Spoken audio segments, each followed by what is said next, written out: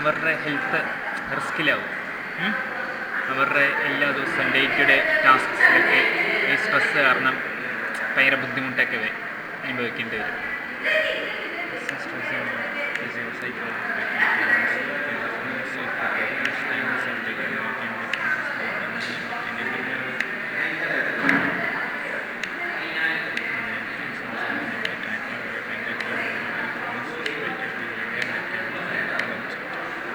അപ്പോൾ ഈ ഹ്യൂമൻസിൽ ഈ സ്ട്രെസ്സ് അസസ് ചെയ്യുക എന്ന് പറഞ്ഞു കഴിഞ്ഞാൽ അത് കുറച്ച് ഡിഫിക്കൽട്ടായിട്ടുള്ള പരിപാടിയാണ്. ചുമ്മാ ഒന്നും ചെയ്യാനൊന്നും പറ്റില്ല.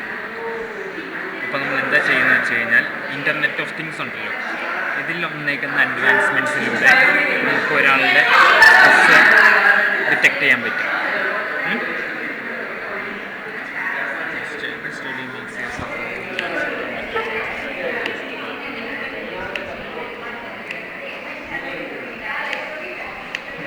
അപ്പോൾ നമ്മൾ ഈ പേപ്പറിൽ എന്താ ചെയ്തതെന്ന് വെച്ച് കഴിഞ്ഞാൽ നമ്മളൊരു മോട്ടോർ സൈക്ലിസ്റ്റിൻ്റെ സ്ട്രെസ് ലെവലാണ് കണ്ടുപിടിക്കുന്നത്.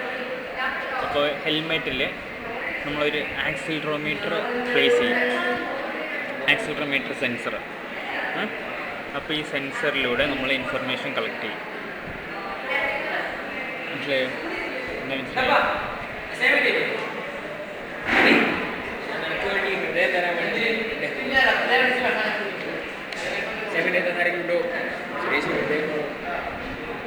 ആക്സിലോമീറ്റർ ഉപയോഗിച്ചിട്ട് സ്ട്രെസ് കണ്ടുപിടിക്കും. ആക്സിലറോമീറ്റർ സെൻസർ മോട്ടോർ സൈക്ലിസ്റ്റിൻ്റെ സ്ട്രെസ് ലെവലാണ് നമ്മൾ ഈ പേപ്പറിൽ കണ്ടുപിടിക്കുന്നത്. അപ്പോൾ ഒരു ആക്സിലറോമീറ്റർ സെൻസർ യൂസ് ചെയ്തിട്ട് അവരുടെ സ്ട്രെസ് ലെവൽ കണ്ടുപിടിക്കും.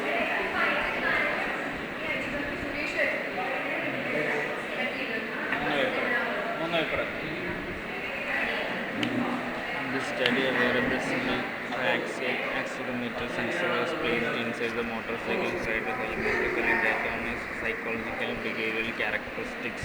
അപ്പോൾ ഈ സ്റ്റഡിയിൽ എന്താ ചെയ്തേക്കുന്നത് വെച്ച് കഴിഞ്ഞാൽ ഒരു സിംഗിൾ ട്രയാക്സിയൽ ആക്സിലറോമീറ്റർ സെൻസർ ഇത് ഹെൽമെറ്റിൻ്റെ അകത്ത് പ്ലേസ് ചെയ്യും.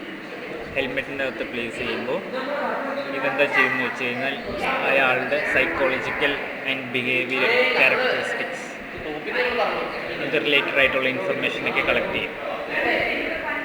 ഹെൽമെറ്റിൻ്റെ അകത്താണ് ഈ ആക്സിലറോമീറ്റർ സെൻസർ വയ്ക്കുന്നത്. എന്നിട്ട് ഈ സെൻസർ ഒരാളുടെ സൈക്കോളജിക്കൽ ആൻഡ് ബിഹേവിയറൽ ക്യാരക്ടറിസ്റ്റിക്സ് ഒക്കെ റിട്രീവ് ചെയ്യും, കളക്ട് ചെയ്യും.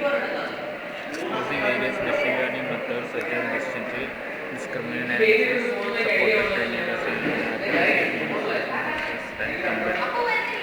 കുറേ മെഷീൻ ലേണിംഗ് മെത്തേഡ്സ് ഒക്കെ യൂസ് ചെയ്ത് ഇത് അസസ് ചെയ്തു, എന്നിട്ട് കമ്പയർ ചെയ്തു.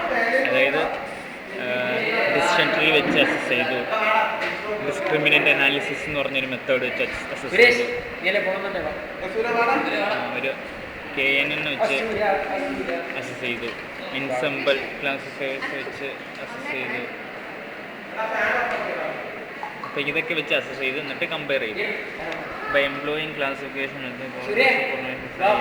അപ്പോൾ ഇങ്ങനെ കമ്പയർ ചെയ്ത് കഴിഞ്ഞപ്പോഴത്തേക്കും QSVM എന്ന് പറഞ്ഞിട്ട് ക്വാഡ്രാറ്റിക് സപ്പോർട്ട് വെക്ടർ മെഷീൻ എന്ന് പറഞ്ഞൊരു മെത്തേഡാണ് ഏറ്റവും കൂടുതൽ ആക്യുറസി യൂസ് ചെയ്തത്.